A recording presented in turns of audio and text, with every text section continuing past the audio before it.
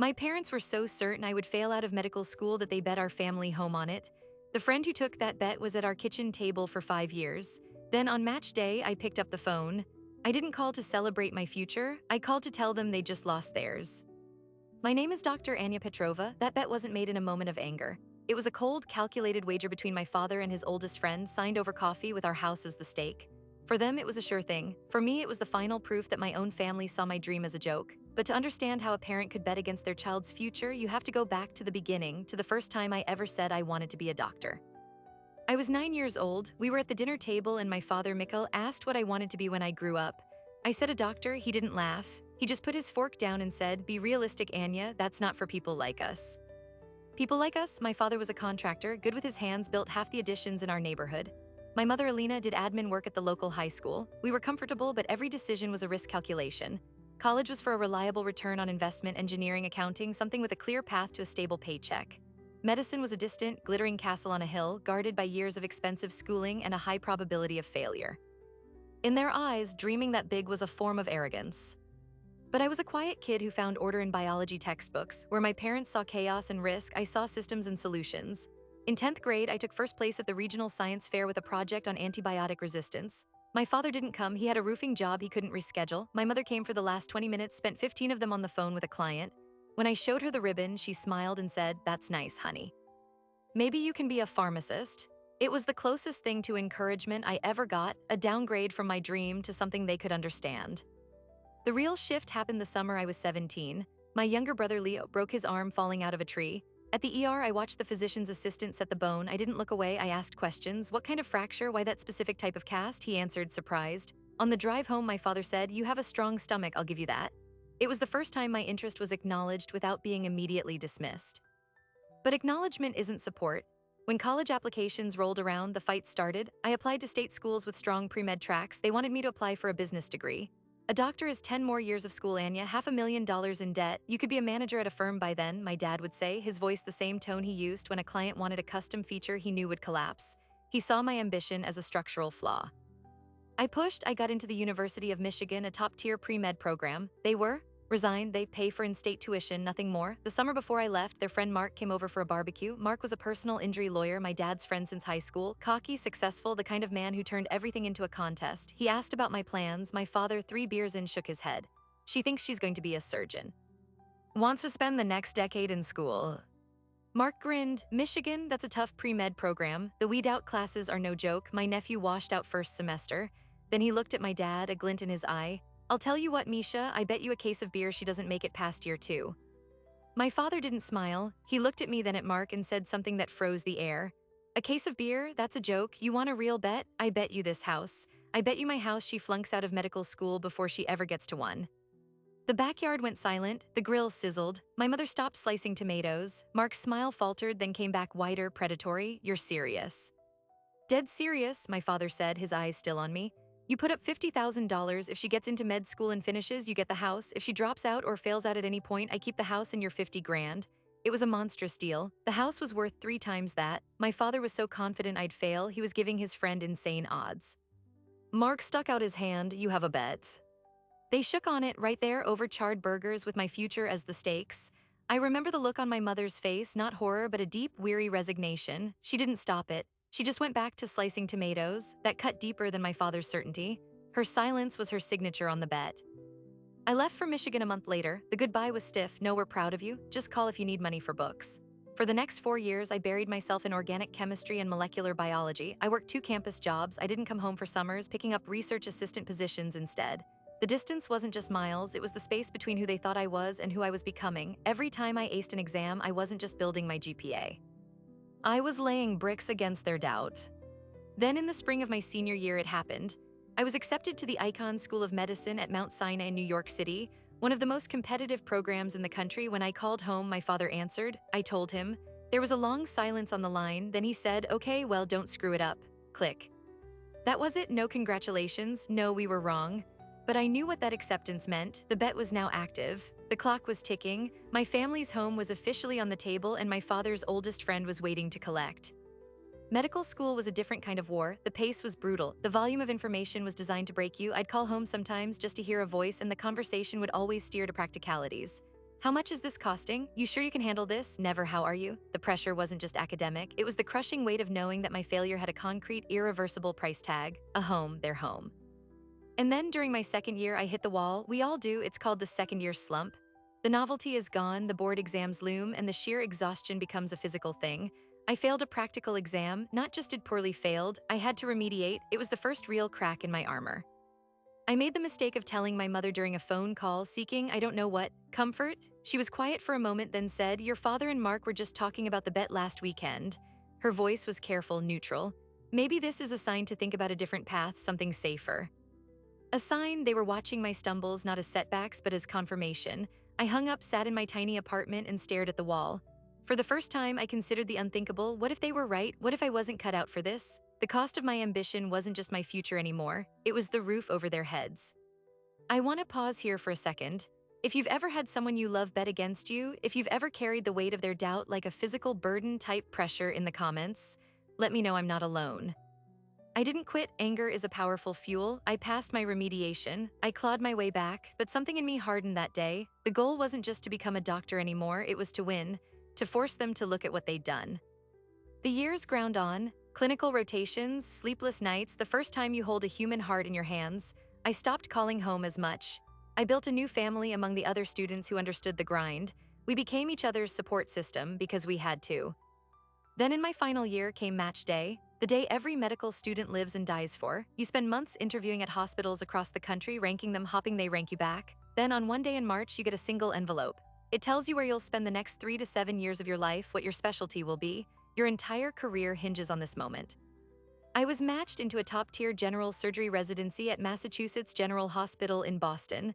A dream match. The kind of result you scream cry about. My friends were hugging, sobbing, calling their parents. I stood there, envelope in hand, the noise of the celebration crashing around me. And all I could think about was a backyard barbecue, a handshake, and the deed to a house in suburban Detroit. I took out my phone, my hands were steady, I dialed my home number, my father picked up. "Dad," I said, my voice calm, clear. "It's Anya, I matched, I'm going to be a surgeon at Mass General." I let that hang for a beat, I could hear his sharp intake of breath. "So you should probably call Mark, tell him to start the paperwork, because you just lost the house." The silence on the other end of the line was absolute. It wasn't the silence of shock. It was the silence of a worldview shattering. I didn't wait for a reply, I ended the call. I stood there in the middle of the cheering crowd, completely alone. I had just won everything. And in doing so, I had to destroy the one thing I'd secretly wanted all along, for them to finally believe in me.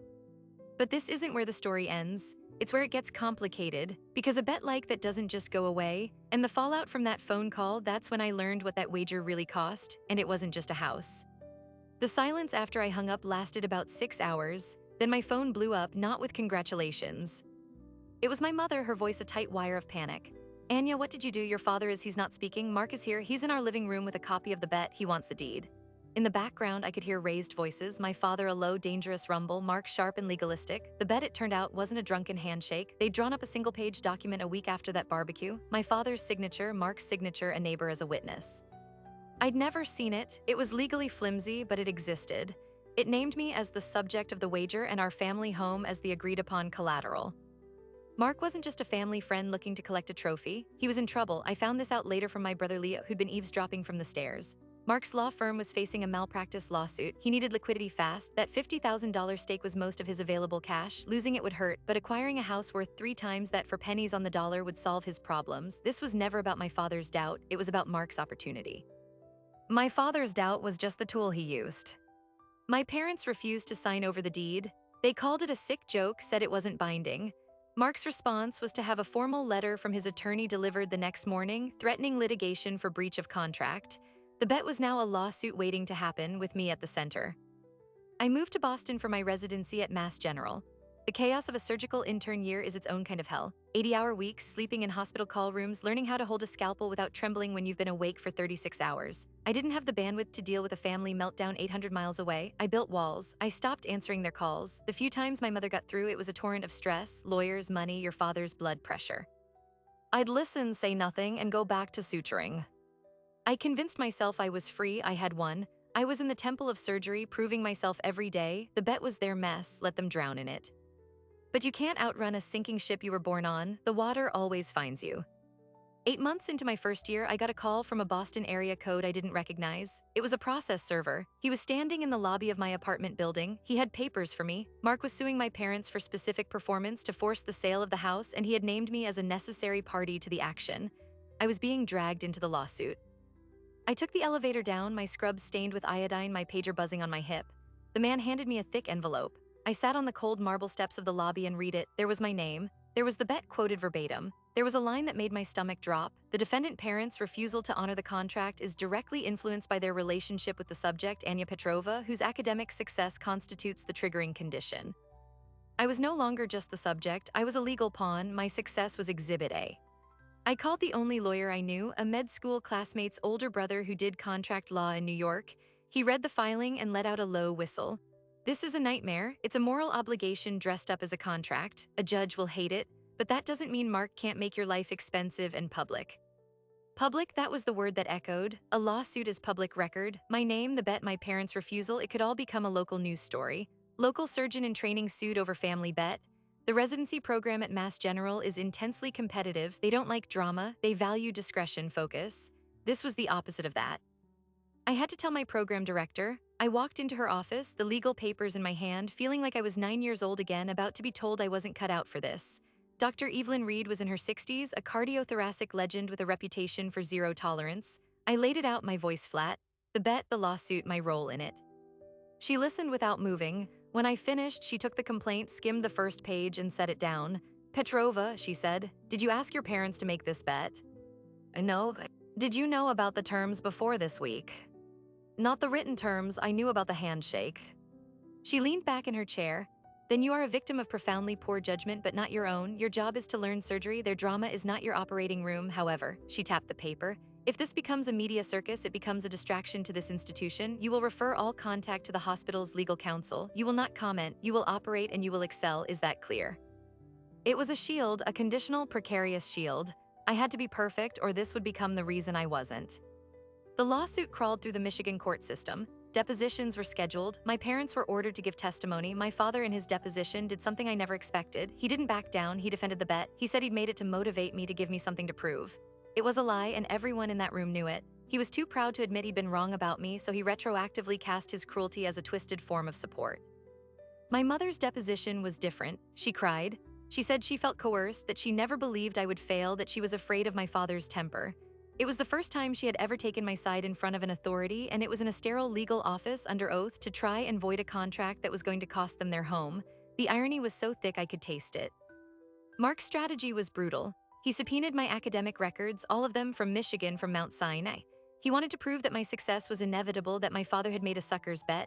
My private struggles, that second-year failure, my board scores, every evaluation were now legal fodder. My triumph was being dissected to prove my father was a fool. The legal pressure broke something in my parents' marriage. My mother called me one night, whispering. She was staying with her sister. My father was drinking more. The house was in limbo, and so were they. And then the pivot, the thing that reframed it all. I got a call from Mark's attorney, not a hostile one, a request for a meeting, just me. He said Mark had a proposal. Against the advice of my own lawyer, I agreed. We met in a bland conference room in a Boston office building. Mark looked older, strained. The slick confidence was gone. He slid a single sheet of paper across the table. It's a settlement, he said. I dropped the lawsuit against your parents. I forget the bet ever happened. They keep the house. I keep my 50 grand. I scanned the page. What's the catch? There's no catch for them, he said. The condition is for you. The condition was at the bottom. In exchange for him walking away, I would agree to a voluntary leave of absence from my residency for personal reasons. I would resign from Mass General. The document stated I could reapply to other programs after a cooling-off period of 2 years. My vision tunneled. He wasn't after the house anymore. He was after my career. Why, was all I could say. He wouldn't meet my eyes. Your father, he can't admit he lost. To me, to you, to himself. If you step away, even temporarily, he can tell himself the bet was right, that the pressure was too much, that you couldn't hack it in the end. He gets to keep his pride and his house. Mark finally looked at me, and I saw something like shame. He's my oldest friend, and I'm in a corner. This is the only way he saves face. And I get out of this without $200,000 in legal fees, fighting a contract a judge will probably tear up. He was offering me a deal, trade my future to salvage my father's ego. I stood up, my chair screeching on the floor. You tell him, I said, my voice quiet and shaking with a fury so deep it was cold, that he can have his pride or he can have a daughter, but he does not get to have both. I walked out, I didn't look back. But the nightmare wasn't over. Mark's offer revealed the true battlefield. This was no longer about a house, it was about annihilation. If I wouldn't voluntarily step aside, they would find another way to push me out. A week later, I was pulled into the chief resident's office. There was an anonymous email sent to the hospital administration. It claimed I had a history of ethical compromise and that my personal legal entanglements demonstrated poor judgment unfit for a surgeon. It didn't mention the bet directly. It was vague, poisonous. It cited my involvement in ongoing litigation regarding familial financial obligations as a conflict of interest. The residency leadership had to investigate. I was placed on a temporary administrative duty, paperwork, no patients, pending review. It was a death sentence in training. Your skills atrophy, your peers advance, you become a ghost. I knew who had sent it. It had Mark's legalistic phrasing all over it, maybe with my father's bitter input. They had decided that if I wouldn't quit, they would break me professionally. I sat in my tiny apartment, stripped of my scrubs, my pager silent for the first time in a year. I stared at the legal complaint, the anonymous email printout, the photo of my family from years ago that I still hadn't taken off the fridge. The walls I'd built had crumbled. The bed had followed me into the one sanctuary I had left, the operating room. And in that silence, a new, terrible thought took root. To win, to really win, I couldn't just be a doctor. I had to become a lawyer, a strategist, and a fighter in a war I never wanted. I had to fight for my career, and in doing so, I might have to destroy my family completely. The choice was no longer between being a good daughter and a good surgeon. It was between having a career and having a past, and I was about to make a decision that would change everything. I didn't break, I got angry, and when a surgeon gets angry, they don't scream, they make an incision. My first cut was into my own life. I called the hospital's legal counsel and waived my privacy. Give them everything, I said. Every academic record, every evaluation unredacted. Let them see the failure, the remediation, and the comeback, then show them my current surgical case logs and patient outcomes. Transparency as a weapon. If they wanted to paint me as ethically compromised, I'd give them the full picture and dare them to find a real flaw. Then I hired my own lawyer, not a contract guy, a litigator named Ben Cruz who specialized in professional defamation and had a reputation for being a pit bull. I showed him the anonymous email, the settlement offer from Mark, the entire timeline. He read it, leaned back, and said, "Okay, they've declared war on your professional reputation. That's a different game. We can play." Ben's first move was a demand letter to Mark's attorney. It accused Mark of tortious interference with my residency contract and business relations. It threatened a countersuit so expensive it would make his malpractice lawsuit look like a parking ticket. The letter also contained a single loaded sentence. "We are aware of the pending case of Henderson versus Markovich law and will be subpoenaing all related financial discovery to establish motive." We weren't aware, not yet, it was a bluff, but it worked. Mark's attorney called Ben within hours, his tone completely changed. The settlement offer was withdrawn. The anonymous email was regrettable and unauthorized. They would cease all direct or indirect actions against my professional standing. It was a victory, but a temporary one. It didn't get me back in the OR. The hospital's internal review was a slow, grinding process. Every day on admin duty was a stain on my record. I was falling behind. My co-residents, sympathetic but distant, stopped asking me to join them for coffee. In a world of measurable progress, I was stagnating. The person who threw me a lifeline was the last one I expected. My brother Leo. He was 22 now, a senior at Michigan State. We'd never been close, the age gap, the fact that I was always studying. He called me one night, his voice hesitant. "Anya, it's Leo. I found something in Dad's office." He'd been home for a weekend, heard our parents fighting about money, not just the lawsuit, but other debts. He went looking through my father's filing cabinet. He found a second document dated a month after the original bet. It was an amendment. My father had doubled down, literally. The amendment stated that if I not only finished medical school but also matched into a surgical residency, which I now had, the stakes increased. Mark's $50,000 stake would be forgiven, but my father would owe him an additional $100,000 secured against the house. My father had been so confident I'd never make it to surgery, he'd bet another $100,000 on it. Leo took a picture and texted it to me. I stared at the screen in my dark apartment. The numbers swam, $100,000 on top of the house. My success wasn't just going to cost them their home, it was going to bankrupt them. This wasn't pride anymore, this was financial desperation. My father wasn't just a stubborn man who couldn't admit he was wrong. He was a gambler who had bet the farm on his daughter's failure and lost catastrophically. Everything snapped into focus. The pressure to make me quit wasn't about ego, it was about survival. If I voluntarily left my residency, the amendment might be voided. I was their only escape hatch from a debt they could never repay. I felt sick, then I felt a cold, clarifying rage. They had created this trap with their own hands, and now they were trying to sacrifice my future to get out of it. I thanked Leo. I told him to put the document back and say nothing. I had what I needed, the true motive. I went to Ben with the amendment. His eyes lit up. This changes everything, he said. This establishes financial duress and a powerful motive for coercion. It turns their settlement offer from a shady deal into attempted blackmail. We can take this to the hospital's review board, show them you're not in a personal dispute, you're the target of an extortion attempt to resolve a family debt. We prepared a package. The original bet, the amendment, Mark's settlement offer, the anonymous email, a timeline showing the escalation coinciding with my match into surgery. Ben presented it to the hospital's Legal and Residency Review Committee. A week later, I was called into Dr. Reed's office again. The committee was there, along with a representative from legal. Dr. Reed spoke first. The committee finds the allegations against you to be unsubstantiated and politically motivated by an external financial dispute. Your administrative duty is lifted, effective immediately. I was back in, the air felt different in my lungs. I wanted to cry to thank them, I just nodded. But Dr. Reed wasn't finished. However, she said, her gaze level, this situation has revealed a significant vulnerability. Your judgment is not in question, but your circumstances are a distraction. You will be placed on a probationary performance plan for the remainder of the year. Any deviation, any hint of external drama impacting your focus, and this becomes a termination issue. Do you understand? I understood perfectly. I had survived, but I was on a tightrope over a blade. I went back to work. The OR was my monastery. I let the focus of surgery swallow me whole. I didn't call home. I didn't answer. I built a wall of silence so high I couldn't hear them on the other side. For 6 months, it worked. I was the perfect, quiet resident. My skills came back sharper. I published a research paper. I started to believe I could outrun the chaos. Then the letter came. Not to me, to the chief of surgery at Mass General. It was from my mother, a handwritten, tear-stained plea. It described me as a troubled daughter who had cut off her family, who was obsessed with career to the detriment of all human connection. It claimed my pursuit of surgery was an unhealthy obsession stemming from childhood trauma. It asked the hospital, for my own good, to encourage me to seek help and perhaps consider a less stressful field. It was a masterpiece of manipulative concern. It used the language of mental health advocacy as a weapon, and it was sent to my boss. The hospital had to act. A social worker from the physician wellness program was assigned to meet with me. It was no longer a legal issue, it was a psychiatric one. My mother had found the one attack my lawyer couldn't defend against, the suggestion that I was emotionally unstable. In that meeting with the social worker, a kind-faced woman named Dr. Vance, I did the hardest thing I've ever done.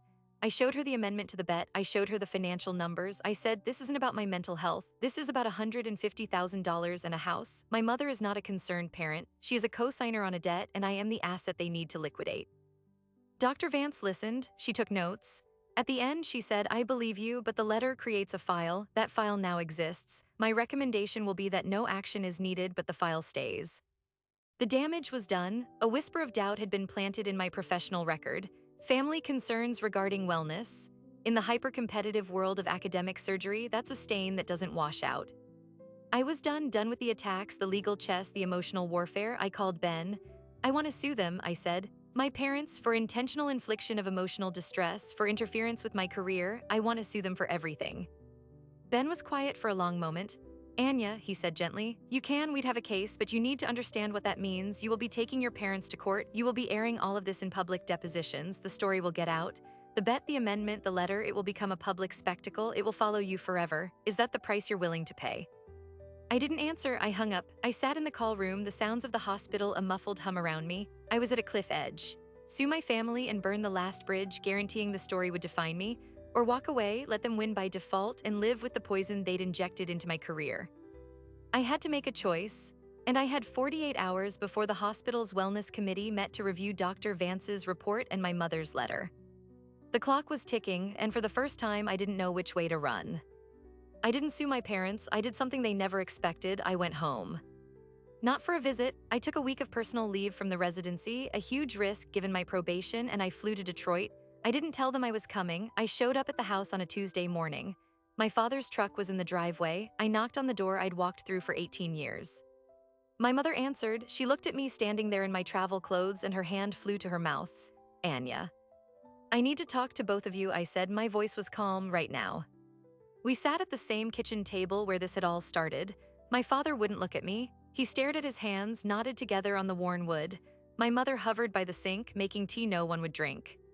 I placed a folder in the center of the table. This is a copy of everything, I said. The original bet, the amendment for the $100,000, Mark's settlement offer where he wanted me to quit, the anonymous email sent to my hospital, and the letter you wrote to my chief of surgery, Mom. My mother made a small, wounded sound. My father's head snapped up, his eyes flashing with defensive anger. You have no right. I have every right, the words tore out of me sharp and loud in the quiet kitchen. You put my name on a legal document as collateral. You tried to trade my career for your debt. You sent a letter questioning my sanity to my employer. You lost the right to tell me what I can and can't do the day you shook Mark's hand. The anger drained out of him as quickly as it came. He just looked old, tired. I am not your problem to solve, I continued, forcing my voice back to a steady rhythm.